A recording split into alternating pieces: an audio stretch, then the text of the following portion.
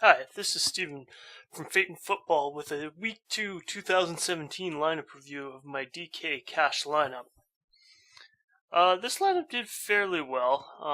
Obviously, there was a couple misses in here with Larry Fitzgerald and Terrelle Pryor Sr. Not making value and just generally not having good days. But otherwise, I thought this was a good lineup. I was very happy with it when I put it together, and in the end, it won me some money, so it can't have been all bad. So at quarterback, I went with Phillip Rivers. He was kind of the cheapest acceptable quarterback, I felt. There was certainly an argument for spending up at quarterback this week with Ryan, Rodgers, Breeze, and Brady all in really great matchups. They were all set up to have big games, but they also came at a pretty high price. With Brady priced all the way up at the top and the others not too far behind. And I made a few Tom Brady lineups, but I really didn't like the other players I had to play, so I thought it made sense to go back down to Phillip Rivers in this spot. I also thought about Russell Wilson, but he was another $1,000, and I didn't think that brought a whole lot more value to the lineup. Carson Palmer, Goff also were options. Goff being on the cheaper side, Carson Palmer being about the same as Phillip Rivers. Carson Palmer's looked bad. Doesn't have David Johnson. Just lost John Brown. It didn't seem like a good situation. Jared Goff's Jared Goff, and he does play for the LA Rams, despite what we think. So, anyway, Phillip Rivers seemed like a great choice, so I ended up picking him fairly early on and sticking with him. Getting to running back, I really on running back look to make sure I have a safe floor. Looking for players that are going to have a lot of opportunity.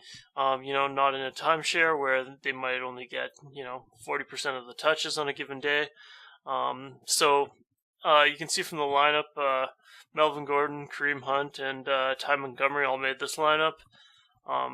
I knew I was going to play Ty Montgomery pretty much as soon as I looked at the pricing at $5,800. He was just definitely underpriced. Last week he played all the snaps. He catches the ball, he runs the ball. Plays on a great team with Aaron Rodgers as quarterback. So there's really nothing to like. And to be quite frank, I just think he's straight up good at football. So definitely locked him into my cash game lineup and had a huge exposure to him in tournaments too, and as you can see, it worked out on this week. Melvin Gordon, he was again another guy who's going to get a lot of opportunity. They basically only play one running back in LA, so I felt he was in a good position at home, being a favorite, so put him in. Also considered Ezekiel Elliott and Le'Veon Bell, but they were quite a bit pricier, and I didn't think they offered a lot more upside over Melvin Gordon this week, so ended up going with Melvin. Kareem Hunt, in some ways it does feel risky going back to a rookie after one big breakout game, but the reality is that he was going to get all of the work. They showed zero interest in playing Charcandrick West in week 1.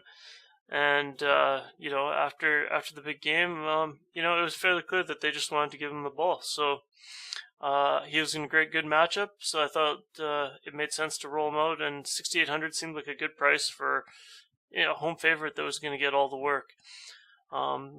Again, ended up working out. So wide receiver was the area I struggled a bit. I had a hard time coming up with lineups that I really liked when I was spending up, especially a quarterback, and if I had put Le'Veon Bell in the lineup. But in terms of the players I liked, Keenan Allen was definitely a lock to me. He's too good. He's cheap. When he's healthy, Phillip Rivers likes to throw the ball to him.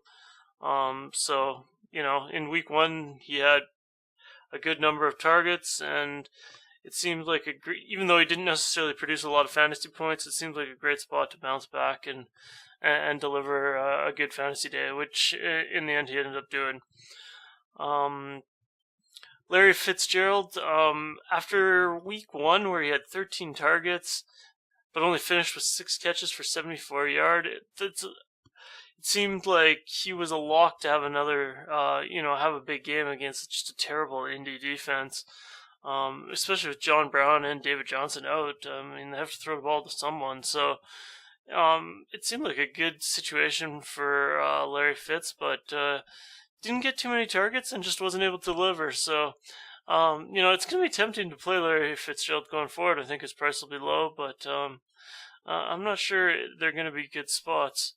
Finally, went with Terrelle Pryor in the last spot. I really thought he was in a great position to succeed. Week 1, he had 11 targets and 166 air yards, meaning they were trying to get him the ball and get him the ball down the field.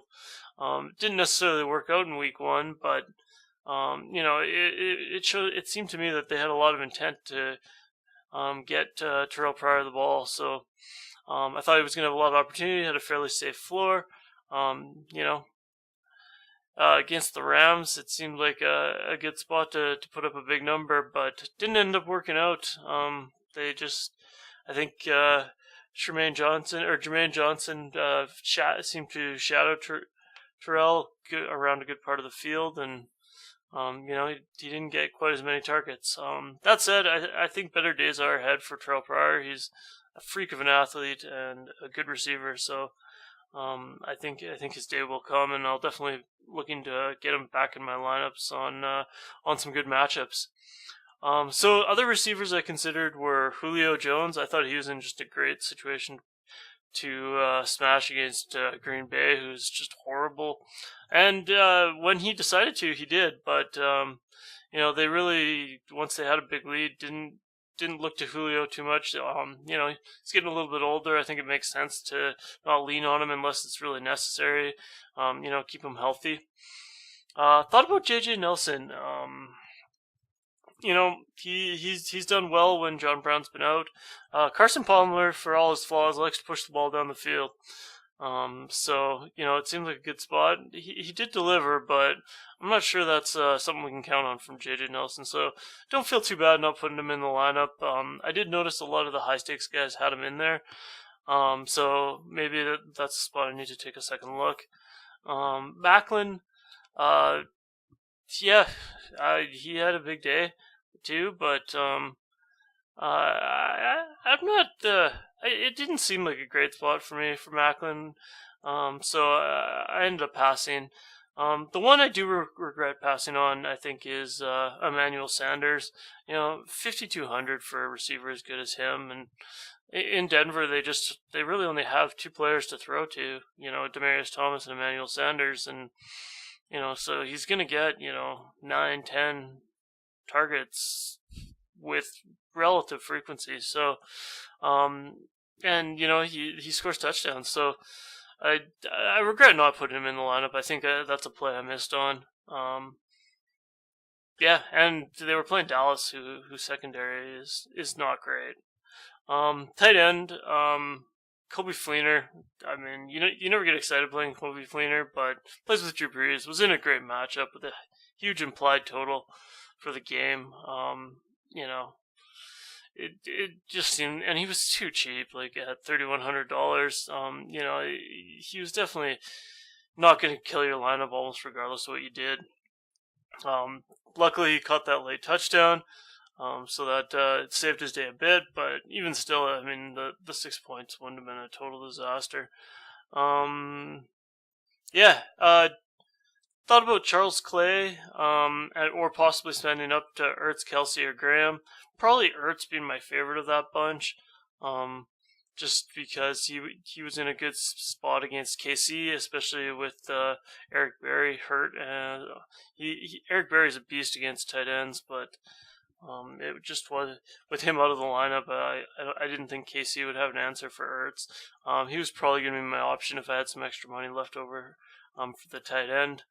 Finally, defense. I really liked the Buccaneers. I thought, given the price at only $3,200, they were in a great spot against Chicago, who has nobody to play receiver, terrible quarterback. Hasn't shown any ability to be good on offense. So It seemed like a really good spot for the Buccaneers defense, who have a pretty effective pass rush. And they're not an elite defense, but they're certainly a competent defense. So it just seemed like a really good spot to get them in there. I thought they had as much upside as anybody this week. I had a lot of them in tournaments too, and they were definitely my highest exposure defense. Worked out this time, so can't be upset about that. Also looked at the Raiders and Baltimore, and the Seahawks, all of which I thought were fine plays, but the Buccaneers being the cheapest, good play, I ended up putting in there. So overall, this lineup did well. I like this lineup. The only thing looking at it that does concern me a little bit was the fact that we did have 3 Chargers in Phillip Rivers, Melvin Gordon, and Keenan Allen. That is going to probably lower your floor and, but also increase your upside in the lineup. So it is more correlated than often you might want in a cash lineup, but I just thought all 3 of them were really good plays, so it made sense to get them in there. And, sometimes you just have to, if the players are good plays and you think they're part of the optimal lineup, go with it. And I thought that made a lot of sense this week. Anyway, thanks for checking in, and we'll see you soon on Fate and Football.